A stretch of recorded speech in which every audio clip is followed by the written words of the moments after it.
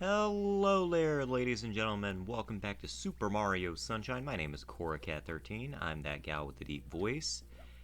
And today, we are finally rounding up all of the blue coins located in Pianta Village and Noki Bay. And we're doing this post-commentary this episode because, let's just be honest, if I had to freaking do this live, it would be a disjointed mess. And also, I would like to make note that the Noki Bay portion took way too damn long. Mostly just because of one coin, as per usual. So the initial footage, put all together, was over an hour long. Yay.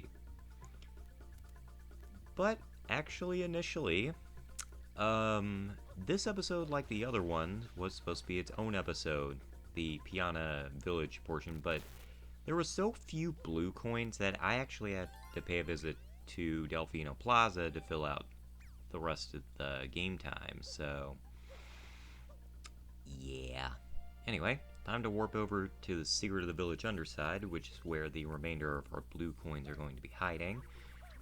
And it just seems like we can't escape this stage no matter how much we try. I mean, I'm serious. Fuck you, Gusty. You're not getting me.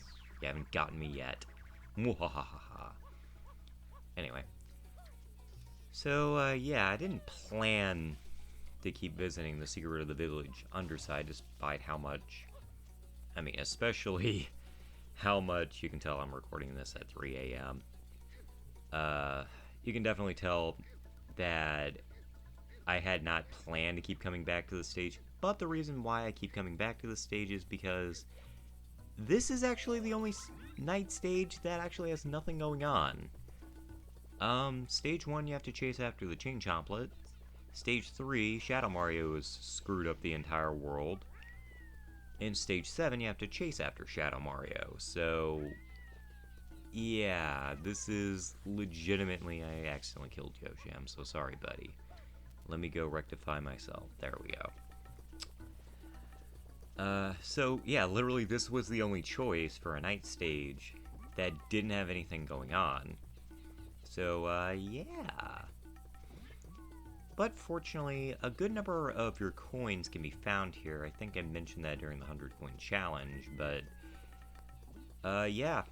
A good number of coins can actually just be gotten at any time, so I'm gonna give me a purple Yoshi and we're gonna go hunt down a certain blue coin that was actually pretty elusive to me the first time I was trying to find it. And actually, one of the reasons I just kept stopping during the Pianta Village 100 coin challenge video was because I was looking for this particular mushroom. Excuse me. First burp. I was looking for this particular mushroom because it had butterflies on it. And these butterflies happen to be holding one of the blue coins that we need oh so dearly much. And of course, the last one always proves to be an asshole, so whatever. His life is forfeit. No one cares about butterflies. They're useless. I'm joking, of course, because butterflies do serve probably a good purpose to the environment. I'm not real sure. I'm trying to think. There was a really good quote from To Kill a Mockingbird. Sorry, Yoshi, I have to abandon you. I mean, it wasn't about a butterfly or whatever, but I was checking my thing to see how many I had left. Yeah, I ruined that guy's day. Anyway, damn it, game, quit distracting me. There's a quote in To Kill a Mockingbird where, no, I'm remembering the lead character. I'm forgetting the lead character's name. Anyway, the lead character, who is actually a dad, which is really interesting, he said something really cool. It was like, a mockingbird's only purpose is to make pretty music. Which I think is kind of neat, you know? Maybe that's a butterfly's main purpose. It's just meant to look pretty. Despite the fact that they're actually kind of terrible and some of them are cannibals. But you know what? That's the animal kingdom. You can't predict it. So anyway, what are we doing back here in Delfino Plaza, you may be asking? Well, if a previous statement earlier this episode wasn't enough to be said, we need Yoshi. And also, it took me way too dang long to figure out that the coconuts were actually where the Yoshi was located. So I literally spent this entire time, and I'm showing this because I want to show my process. I want to show just how dumb this particular part was, and also the episode was running a little short on time, so I figure I might as well. It's a banana tree.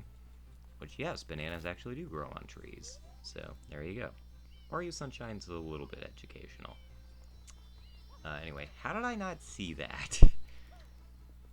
Oh, wait, I know, because this was originally live commentated, and I was talking about something stupid, so... Anyway. Hit the water level. This whole game is a water level. Actually, this whole game's a beach level. What am I talking about? And we actually are about to head to a water level, which is Noki Bay. And, yeah, I'm kind of surprised this coconut didn't roll into the deep sea after I did that, and that still looks really cool. What was I talking about? I don't know. I was talking about To Kill a Mockingbird, which also makes for a really good movie. It's actually one of the few movie adaptations that I think actually is very true to the book, which is actually, that was the moment I realized that there was a coconut right there. And if you could hear the original recording, oh my god, you'd be laughing, but I was not going to put you through that suffering, because it was not good commentary. Nor is this, but you know what, it's excusable. Damn it, it's late in the evening. And I'm kind of surprised I'm still awake. I think it was that supper ad earlier, which was scrumdiddlyumptious. There we go. Had to assert my dominance there with Yoshi. I should have gotten the durian. I wanted a purple Yoshi. I left my purple Yoshi backways, and now I feel bad. Anyway. So, speaking of things that are more accurate to the book, it's very rare you find movie adaptations that are accurate to the book. Because of, like, a variety of reasons. Like, Harry Potter, for the most part, is pretty accurate.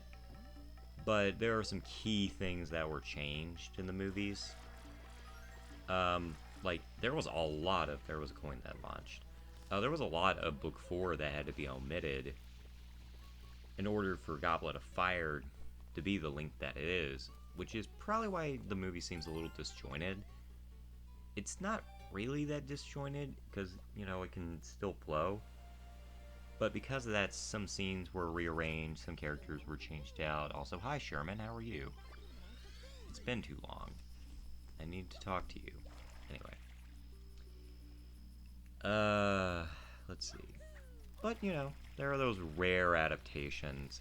Like, I'd say Fault in Our Stars is actually pretty accurate to the book. There were a couple of scenes that weren't in there, and some character changes that were a little weird, but I don't know. For the most part, the movie adaptation does a pretty good job representing the book, I think. Now, a movie adaptation that does not is The Duff. I hate The Duff, the movie. And I've gone on this tirade before, but I'll keep it brief in case you guys haven't heard it. I really don't like The Duff, because it is so inaccurate to the book, which is actually kind of complicated and very complex. Well, I shouldn't say complex, but it really does dive deep into some pretty serious issues that I just feel that the movie doesn't do it well. I mean, it keeps some things somewhat similar, but, you know, like, oh shit. Bianca's love interest is still the same and stuff, but I don't know. Making them neighbors is kind of weird because he lived by himself in a mansion. He didn't live across the street. That's kind of dumb. And, you know, a variety of other really dumb things. Also, that was completely by accident. But anyway, even the message of the movie is completely different from the book. The book, basically, it's like you can't run away from your problems. No matter what you do, whether it be like, you know, adult fun, or, you know, a bunch of other things. And the book is also much more sharply written. And Bianca is just this.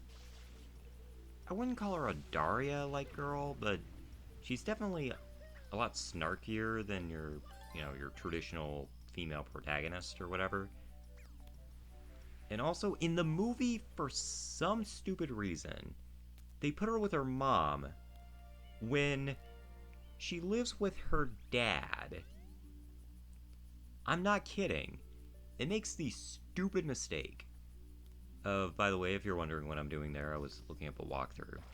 I actually wrote my own walkthrough. Anyway. I don't get it. I mean, the mom's portrayal is actually kind of accurate. Like, that part's actually pretty accurate. The fact that she's kind of a deadbeat mom. But she didn't live with her. She lived with her dad, who was a recovering alcoholic. And for the most part, he's actually really cool. Like, he's this really sweet guy. But because of a bunch of things that had been kind of falling apart in his life, he relapsed. And he accidentally, like, hurt Bianca. And, yeah, that led to some really interesting scenes, a lot of good conversations. And the book kind of has a bittersweet ending, which I really do appreciate. There are some minor things I really don't like. Like, for one thing, I really don't like the portrayal of one of her best friends who is supposed to have a pixie cut, and she has long hair, which isn't, like, it doesn't look the same. It's like, you really are going out of your way to make this just as inaccurate as possible, aren't you? Which is funny because the author was involved. That's the worst part, the author was involved. It's just, it's so dumb. But on the bright side, the movie made me read the book, and I really, really love the book. I think it's a really cool story that isn't exactly a happy ending. So, yeah, there we go. Anyway, that's my rant. I needed to talk about that. I've actually been meaning to talk about it in a vlog, and I was going to do like a special episode that was a little different, that actually was just a big rant about movie adaptations, but I figured, why not now?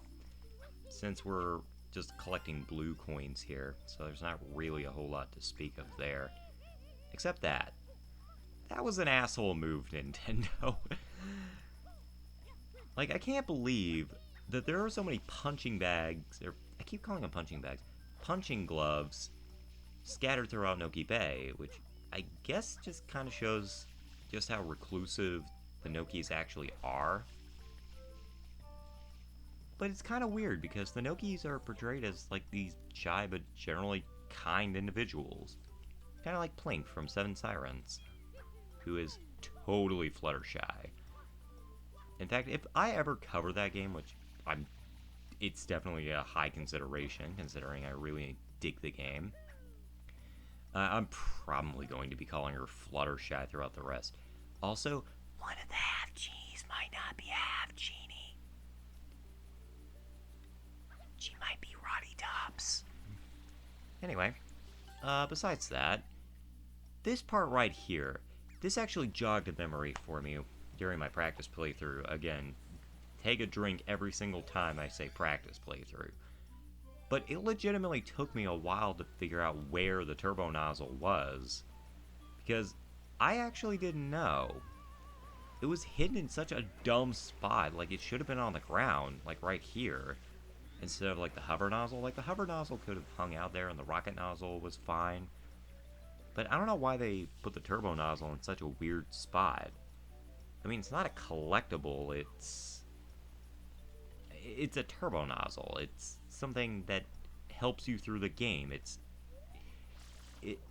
I guess you would call it a collectible, but at the same time, it's a piece of equipment. Though this does kind of bring up something that I've always kind of had a problem with, and apparently a lot of people do too. Why aren't the upgrades permanent? Like, seriously, you have the Z button, which honestly I think is fine that it shows an inventory screen. I think that's nice.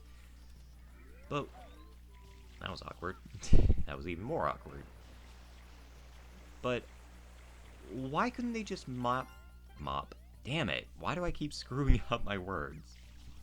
Oh yeah, I stutter. Why couldn't they have just mapped the different nozzles to the D-pad?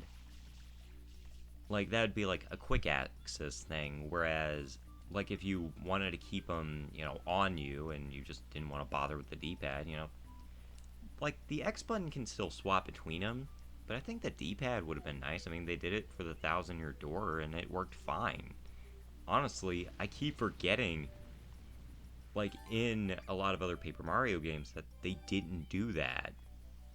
Because I'm so used to how the 1,000-year door, by the way, I fell, that's why there was a cut there. I got so used to how the 1,000-year door felt that I just got really confused. It's like, oh yeah, they don't map this to the D-pad in the N64 version. I mean, it's not that big of a deal in games like Paper Mario Color Splash, when in reality, when that one used the touchscreen, which I think is dumb, they should have mapped that to the plus icon, or the plus button. But still, it's ridiculous. Let's just hope that Paper Mario the Origami King comes to its senses and just has quick button features, or at least lets you button map. I don't know. I keep hearing that there's supposed to be a remaster of Mario Sunshine along with Mario 64 and Galaxy heading to the Switch. So I hope they make like the little quality of life improvements like they did in, well, honestly, I'd say probably one of the best remasters, The Legend of Zelda: The Wind Waker. I can't believe I keep talking about The Wind Waker, but it really is like a prime example of what to do for a remaster or remake. It is legitimately the same game, but it has so many good quality of life improvements. There's a platform there. I don't know where it is, but apparently there is one. But there's so many good quality of life improvements that it makes the game feel new. Also, that thing's an asshole. I legitimately, like, almost died there several times trying to get away from that. I'm not real sure what that is. Electrical shell thingamajig? I don't know. I think this is one of my grievances with the game. Like, some of the enemy placement is kind of cheap. And that's really the only thing I don't like about Noki Bay. Also, blurry textures. Aside from that, the enemy placement is kind of cheap. And some of them lock onto you, and it's really freaking obnoxious, like that weird little conch thing there. And if and when they remaster this game for the Switch, that needs to be one of the first things fixed, as like a quality of life improvement. Also, I did several moves in one there. I'm amazing. You know what, I'm actually hearing my past self there, because I think while I was trying to find the last coin, I managed to get on top of a platform and then I fell, which I thought was hilarious, but still. Anywho, so, bitch and moan, basically. I just hope they fix a lot of the issues in Mario Sunshine, because it needs a remake, not a remaster. Like, maybe the remaster will provide some quality of life improvements like the Wind Waker. But honestly, I would love a full-on remake a la Mario 64 DS. And like, re-add some of the stages that just didn't make the cut. Because apparently that was the case. That there are probably 3 stages that went unused. And that would account for the missing 24 shine sprites that are taken up by the blue coins. Also, this blue coin's a dick. How did I miss that one? I don't know. I think I probably thought I already got it, but anywho.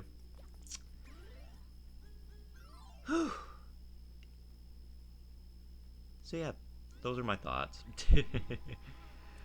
I don't feel like I finished the thought, but that's about all there really is.